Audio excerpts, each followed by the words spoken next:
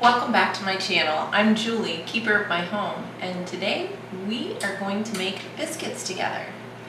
Now this is a recipe that I love. 3 ingredients. I mean, what's not to love about that? And they are the fluffiest biscuits you're ever going to eat. So first thing that I did was I gathered up my bowl and I grated 1 stick of unsalted butter. Now you can use a box cutter, a box grater to shred your butter up. I like doing that because it's already in really uniform pieces for me. So you can also use a pastry cutter or fork or your fingers if you'd like. But I feel like when I use my fingers, it melts the butter at the same time because my hands are usually warmer than the butter. And you want to get a really good grate on your butter, use frozen butter. Just grab a stick out of the freezer, and yes, butter can be frozen. Some people don't realize that, but it's wonderful frozen. It'll last up to 2 years in the freezer. So whenever it goes on sale, buy up butter. So it's just a great tip. Okay, so to this 1 stick of butter, I am going to add 2½ cups of self-rising flour. Now, I understand, let me grab a knife here to level off my butter, or level off my flour. Now, I understand not everyone would have self-rising flour on hand. I mean, it's not something that is typical. I know it isn't for me. I don't buy self-rising flour because I wouldn't really use it that often. The only thing I use it for is to make these biscuits. So it's not something I keep. But it is something that you can make quite easily.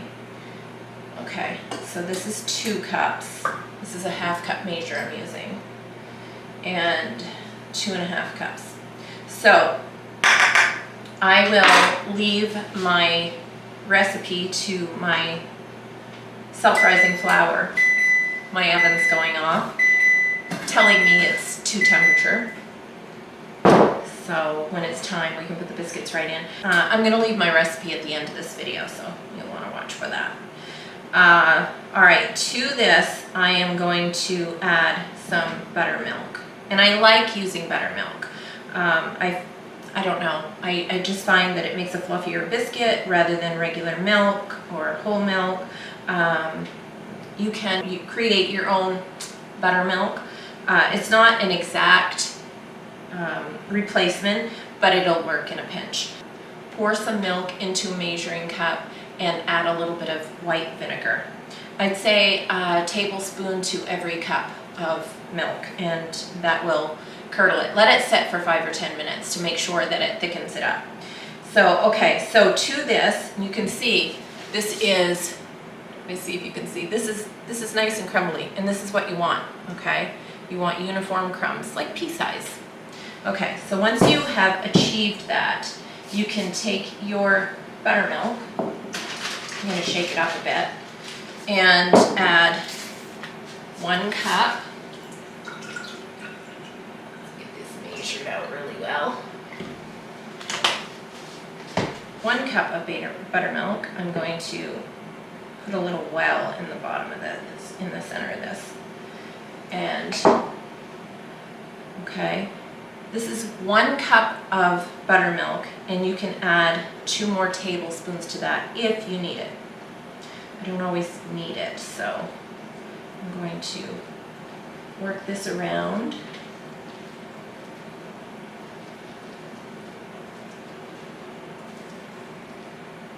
This is going to be a wet, sticky, raggy dough, okay? You never want to handle your biscuit dough too much, okay? Like I said, this is really wet, raggy, and sticky. But you want to get your hands in there. Get all the dry bits incorporated in there. And then what we're going to do is we're going to turn this out onto a flour board after we get our hands all unstuck. All right. Okay, so I will tell you that to your mix here, before you put it out onto a floured board, if you like, you can put in a few additions. You can add garlic, you can add any herbs that you want to put in there. You can add cheese, shredded cheese or Parmesan, in whatever combination you want to add. And just mix that all in really good. And I'm telling you, it's delicious. I mean, you can make really good food at home from scratch. You don't have to buy everything at the store. And, you know, I don't like to have to rely on the store. If I don't have to, I don't want to. So I want to be able to know what exactly goes into everything that I'm feeding my family. That's important to me. It can't always be done, but that is important to me. So if you can do that, I'd suggest doing it. Okay, so I don't use a rolling pin. I'm going to flatten this out. Let me get the camera in a little closer so you can really see what I'm doing. Okay, so I will say too, I didn't use the other 2 tablespoons of buttermilk. I didn't need to, so. Okay, so once you've got this all pressed out, you want to fold it. Okay, and then you want to fold it again. Press it out each time you fold it. This is going to create layers. Keep it floured underneath so it doesn't stick.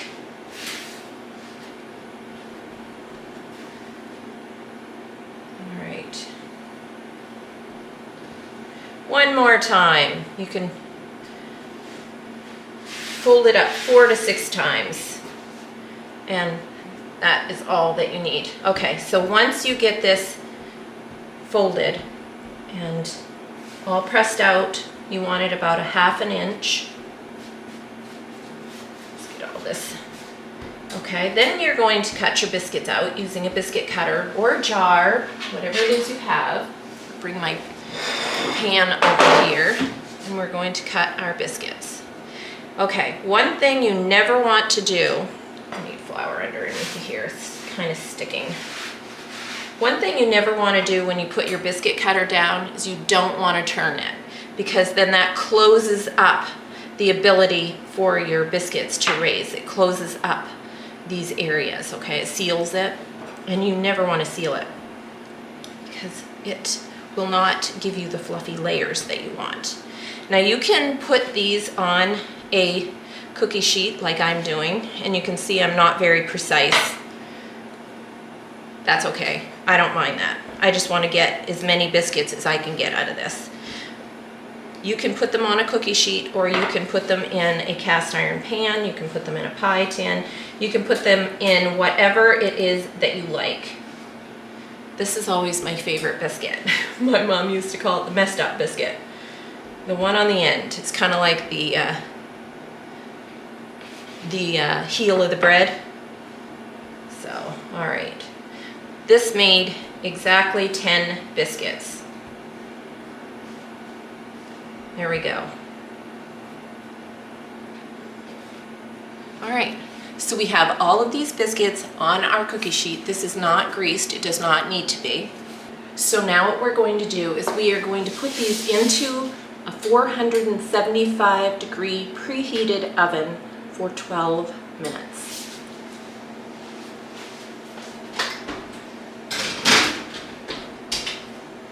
And now the waiting begins.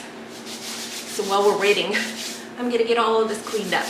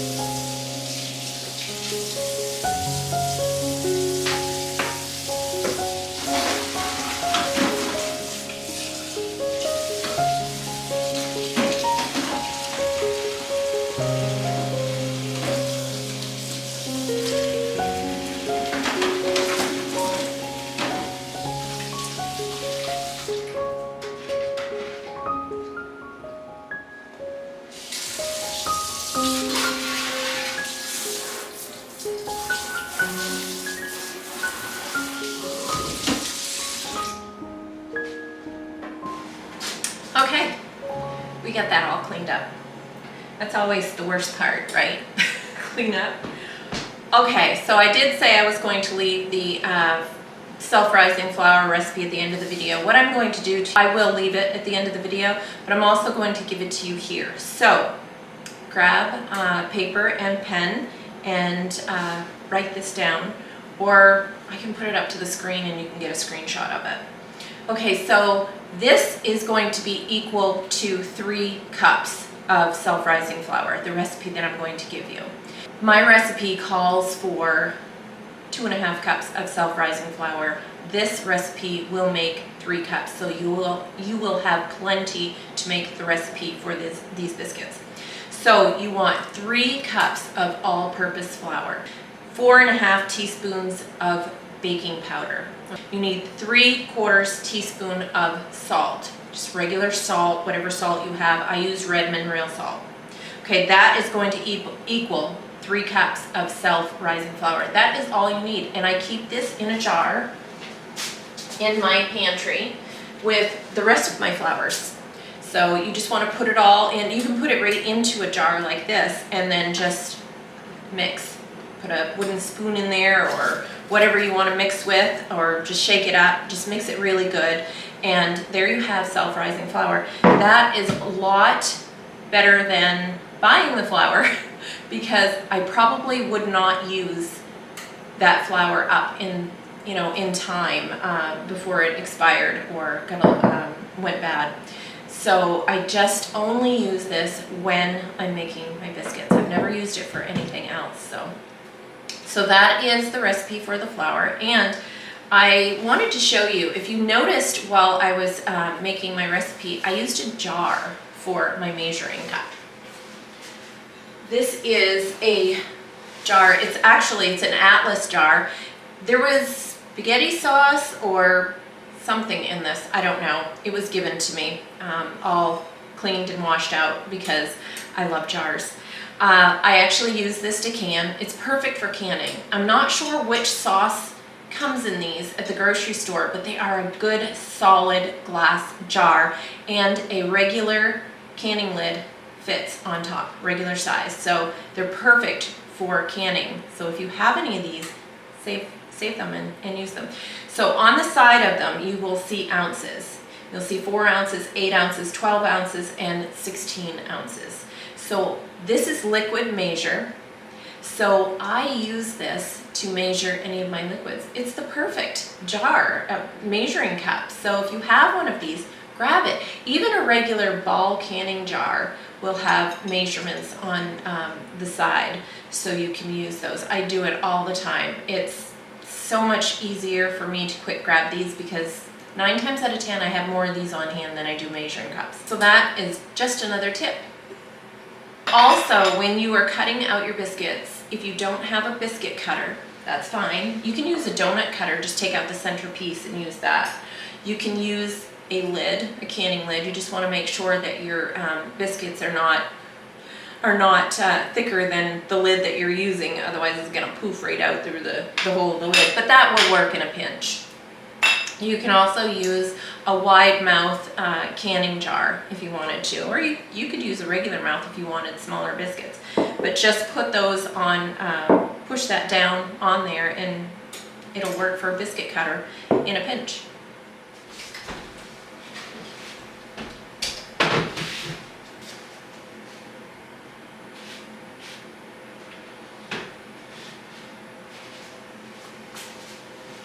Biscuits are out of the oven. Okay, let's get these onto a rack.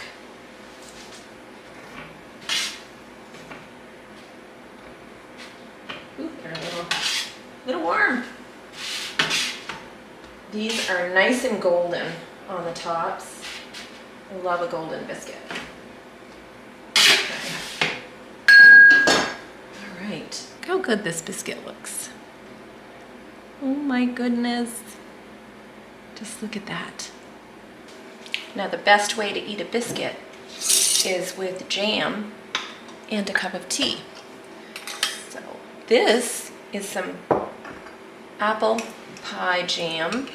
And if you didn't see the video on how I made that, I can leave a link to it at the end of this video and you can watch that. It is simply the best jam I've ever eaten, and it tastes just like apple pie. I mean, it truly tastes like apple pie. I'm gonna slather this all on here. Okay, taste test. I'm sorry you can't be involved in this part. So good. So good. Fluffiest biscuits that you will ever make. Now, if you don't want to make the flour, if you don't want to make your own flour, like I said, you can buy it. Maybe you use more self-rising flour than I do. Oh my gosh, I love a hot cup of tea. These biscuits are really good with jam. They're also fabulous to make with sausage gravy. We do that every year at Christmas time. You can't lose on this one. These are so good, you have to make them. I mean, they're so fluffy and soft and delicious. Don't take my word for it. Make them yourself and try them. You won't be disappointed.